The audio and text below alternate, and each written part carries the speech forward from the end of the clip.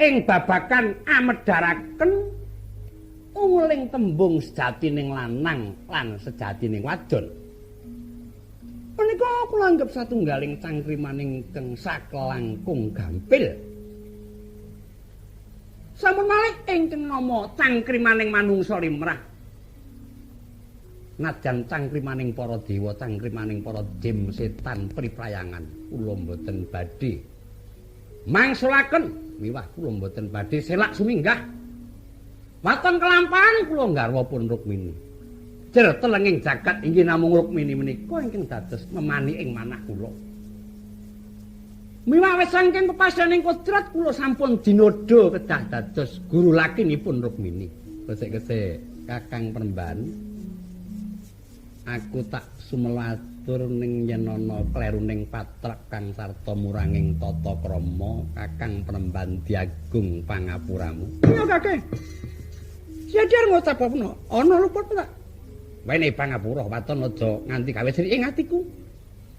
Pan bakal ucapmu iki mengko tak jaluk kanthi banget. Dasarmu kudu jedurung pamuji bisane aku tumuli kaleksanan dawuh karo Rukmini. Ya kuwi gampang. Ning sing perlu reh ning nyatane iki sineksen dening para agung.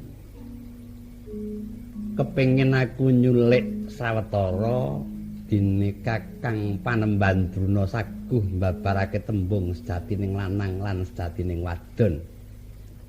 Aja nganti tembe ana negara Kumbina kewirangan, mbok iya gagi. Reh ning ana ngersane ingkang sinuwun tumuli Wedarna. Karepe Dewi Rukmini kang mengkono mau mengku Surasa kang piye. Dalah batinmu kowe maido marang pun Kakang, ya ora? Batinmu kowe maido, malah yen ora selak tak tropong jroning atimu. Kowe memuji supaya aku wurung. Ya naselak lahir batinmu mesti ana rasa dhewe kowe ngesir karo Rukmini lak ya to? Ing atase wis dulur wanyeng kuyung kok malah gawe dalaning wurung ki apa sababe? Ora ngono, aku malah melu nyengkuyung yen to Kakang nyata bisa entuk gawe. Yen kepengin werdining tembung sejatining lanang sejatining wadon kuwi gampang. Sejatining lanang kuwi Pandhita Druna, sejatining wadon kuwi Rukmini. Lho, ya bener. Sejatining lanang kuwi Kakang Panemban Druna, sejatining wadon Dewi Rukmini. Cocok.